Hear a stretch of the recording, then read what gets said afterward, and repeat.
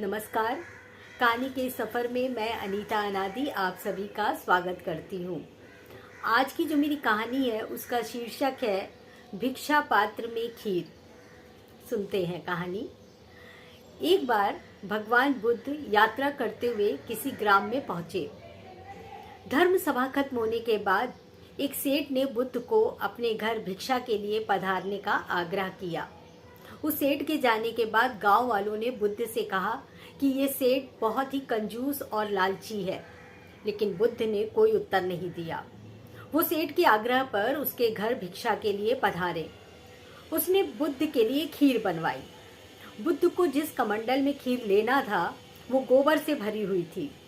उस पात्र को देखकर सेठ ने कहा, भगवान, गोबर से भरे इस पात्र में खीर कैसे भरी जा सकती है? ये पात्र एक बार आप मुझे दें, मैं इसे साफ करके ले आता हूँ।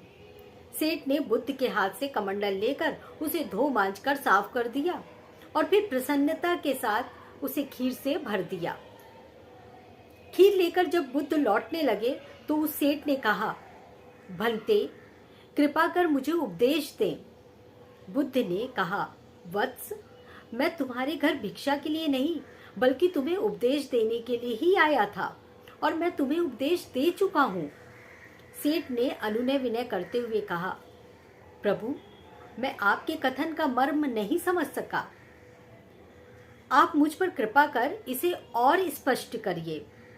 बुद्ध ने कहा, जिस तरह गंदे बर्तन में अच्छी चीज नहीं भरी जा सकती, उसी तरह लोभ और लालच के दलदल में आकंठ डूबी हुई जिसकी चेतना हो, वो कभी महानता का वर्ण नहीं कर सकता।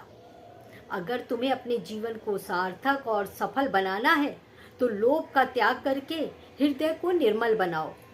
जब तुम्हारा हृदय निर्मल, पवित्र और उज्जवल बन जाएगा, मेरा उपदेश तुम स्वयं ही ग्रहण कर लोगे। यदि लोभ का त्याग नहीं किया तो कुछ भी प्राप्त नहीं कर सकते। ये बिल्कुल सत्य है। तो ये थी कहानी भिक्षा पात्र में खीर, जो ज़रूर आपको पसंद आई होगी। अगली कहानी के साथ मैं फिर आऊँगी। नमस्कार।